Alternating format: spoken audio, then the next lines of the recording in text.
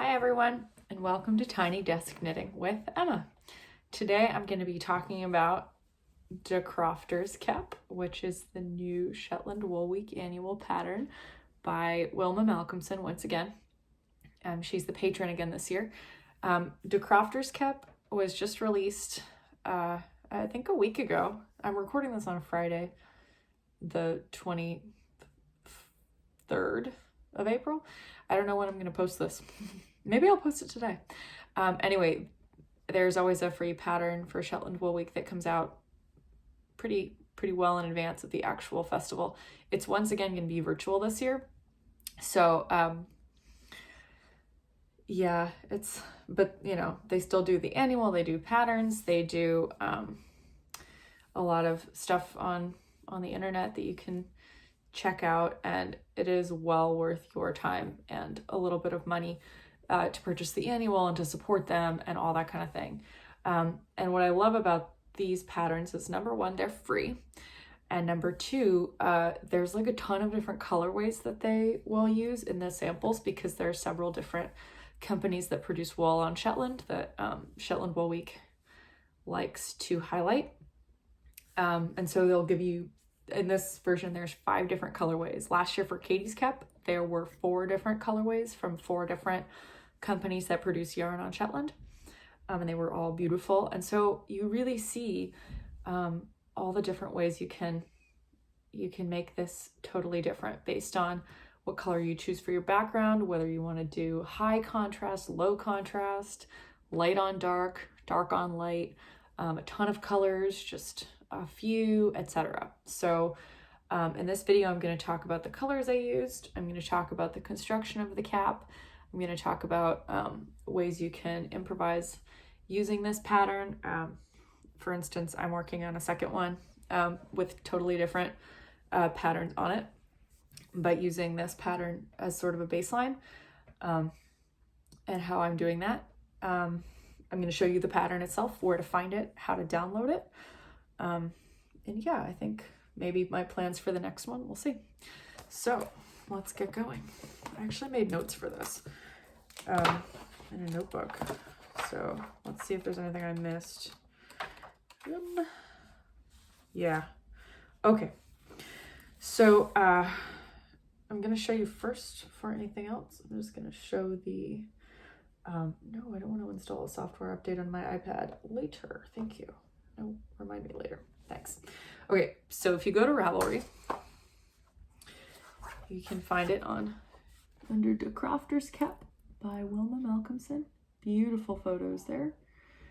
So to find this pattern, it says right here, I'm going to zoom in, this pattern is available for free.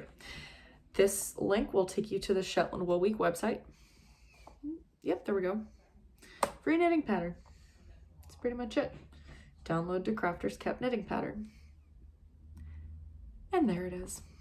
So you can see all these beautiful colorways in all of these different yarns. Ooh, the light's being reflected. That's fun. So we've got Jamieson's of Shetland, Jamieson and Smith, Uredale, Shetland Handspun, and Fula Wool. Got a picture of Wilma. She looks really delighted. You've got your pattern instructions. You've got your chart. Gorgeous. I love, one of the things I really love about Wilma's patterns are her star crowns. She had one in Katie's Cap as well. It was totally gorgeous. This one's really similar. Just so beautiful. Oh, I can put it on too, so you can see. It does fit. Nice and snug. I prefer mine to be a little more snug. I like to keep out the wind. I knit this just in the past few days, and I finished it yesterday. It was really windy yesterday in Washington. I think it's been really cold all over the East Coast the past week because, oh, there's an ant on my screen. That's fun.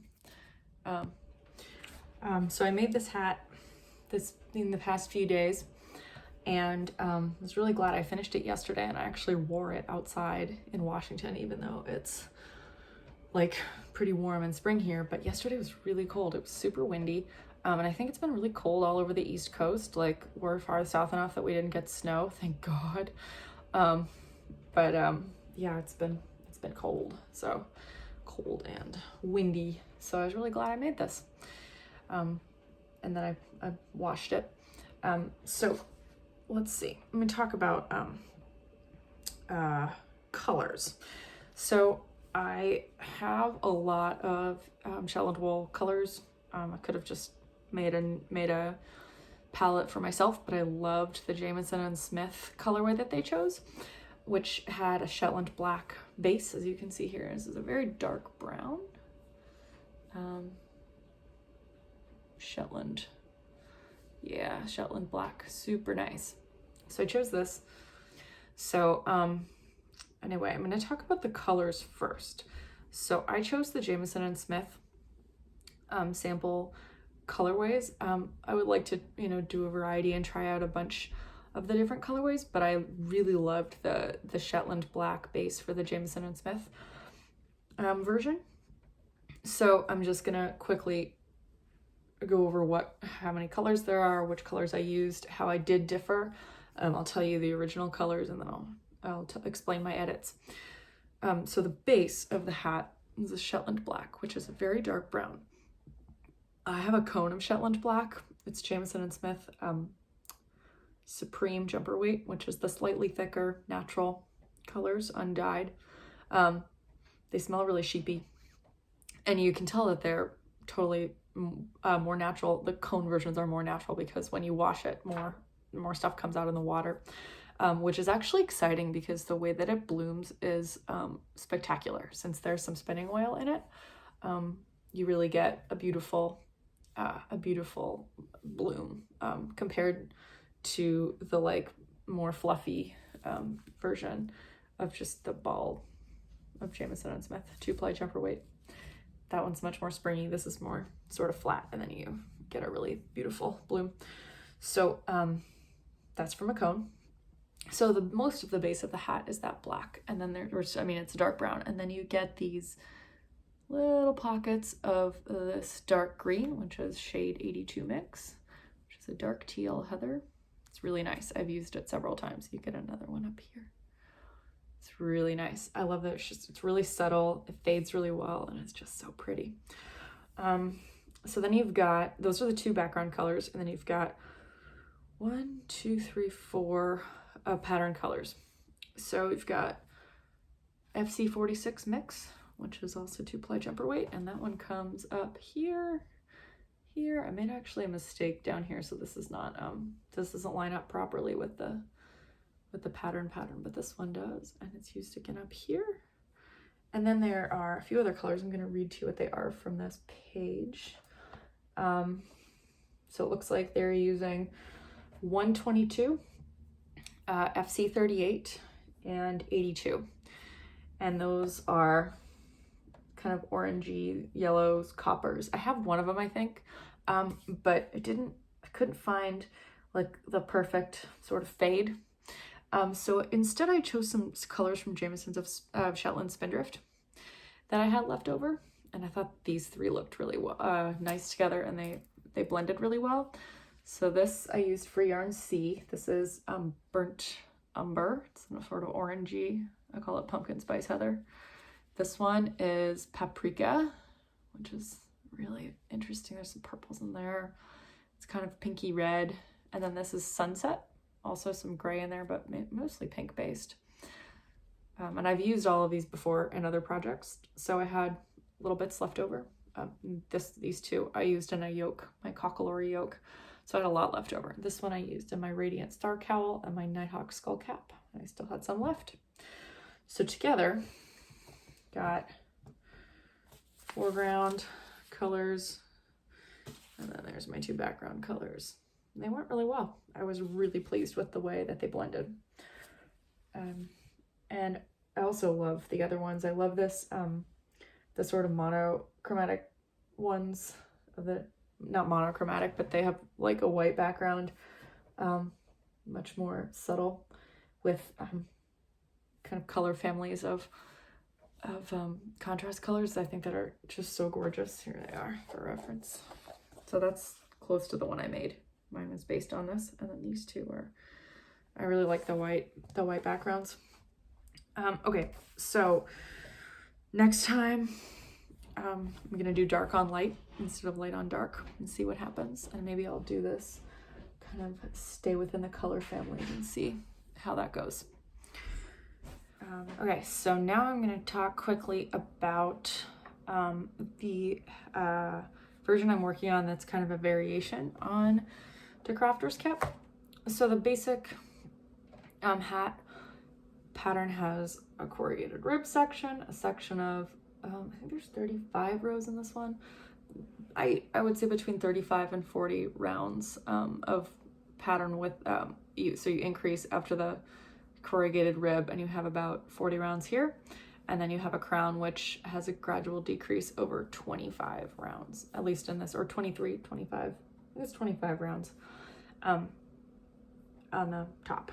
So it's kind of a nice formula. And Katie's cap also followed this formula if you want to do some designing of your own.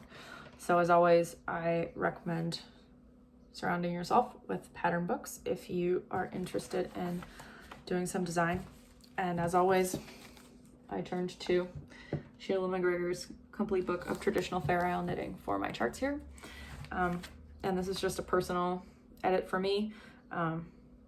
It's not, not a pattern I would sell. You can totally recreate it if you have this book. I'll tell you the pages that the charts came from. But I am doing this as a monochrome version.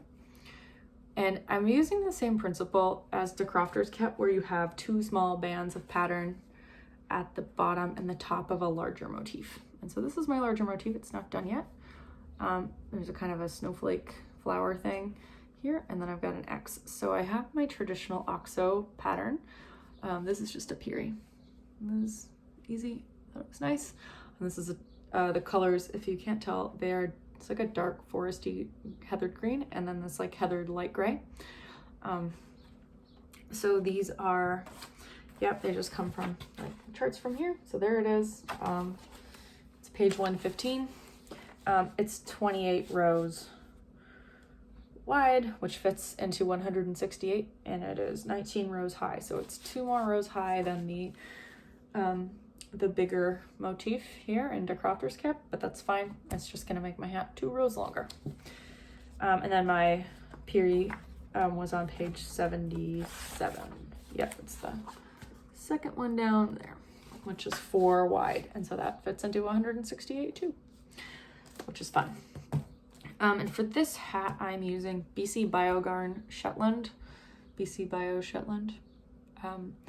This you can get various places. I sometimes buy it from Wool and Company in Chicago, or it's not Chicago, it's in Illinois though, like St. Charles, Illinois. I actually bought this in person at Woolwinder's Yarn Shop in Annapolis, Maryland, which is a great store if you live in the area.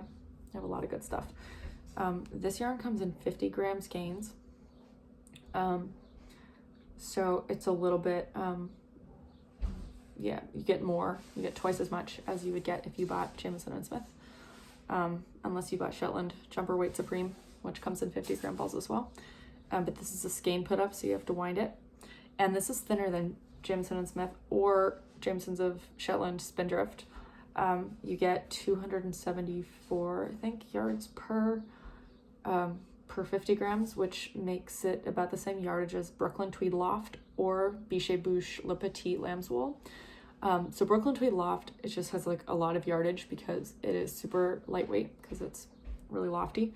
That one is a little bit thicker, but Bichet Bouche Le Petit Lamb's Wool is a similar thickness to this. It's thinner, so it is noticeably thinner if you are knitting it with one of those other Shetland wools that I mentioned, Spindrift or 2-ply jumper weight. So I've done that before and I don't mind it. Some people don't like to knit color work with 2 yarns that are not exactly the same gauge, but I have never really minded that. If you do it a lot, you definitely get used to it and it's not a big deal. But I much prefer, I've noticed, knitting them actually just together with each other because you don't really think about it. Yeah, it's nice. It's a little thinner, but on the whole, it makes a really nice fabric. So I recommend trying this yarn if you haven't, especially if you like Fair Isle. And I also obviously recommend trying to design your own pieces, if or to use other designs as your inspiration to design your own pieces. It's really fun, and it's like really satisfying once you knit it up and you're like, wow, this fits and it looks good. So that's pretty exciting. And I might try my hand at designing a crown pattern for it, or I might just use this one because it's pretty brilliant. If you've never done the star crown, it's so much fun and like really satisfying when you get it right. And it's like this beautiful, beautiful star on the top of your hat. People sometimes give me pom-poms for hats, and I never want to put them, I mean, I never put them on these because like, why would I want to cover that up? But it's hard for me to knit hats that aren't beautiful Shetland Fair Isle hats, because these are really satisfying to knit. And especially if you are new to Fair Isle knitting and it's kind of a slow going thing, a hat is a good project because most of the time a hat shape is familiar. So you're familiar with the shape of knitting a hat.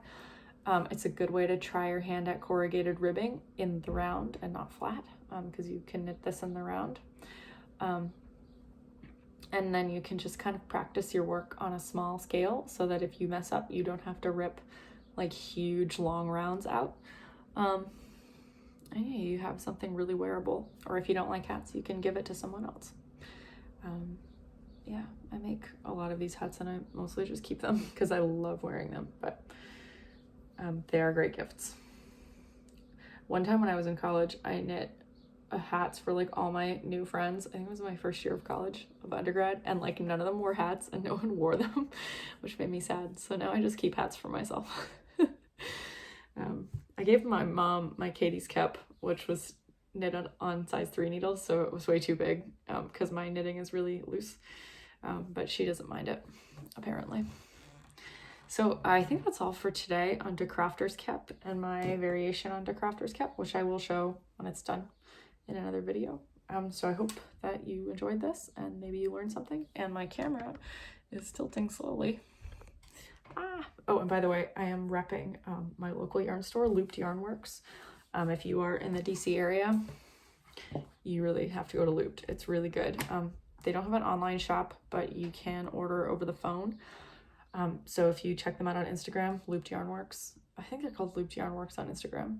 Maybe just Looped, I don't know. You can order over the phone. You can see what they have on their website, and you can, or on Instagram, and you can call them. But it's in DuPont Circle. If you've never been there and you want to check it out, I recommend it. So I think that's all for today. Thank you for watching. This has been Tiny Desk Knitting with Emma.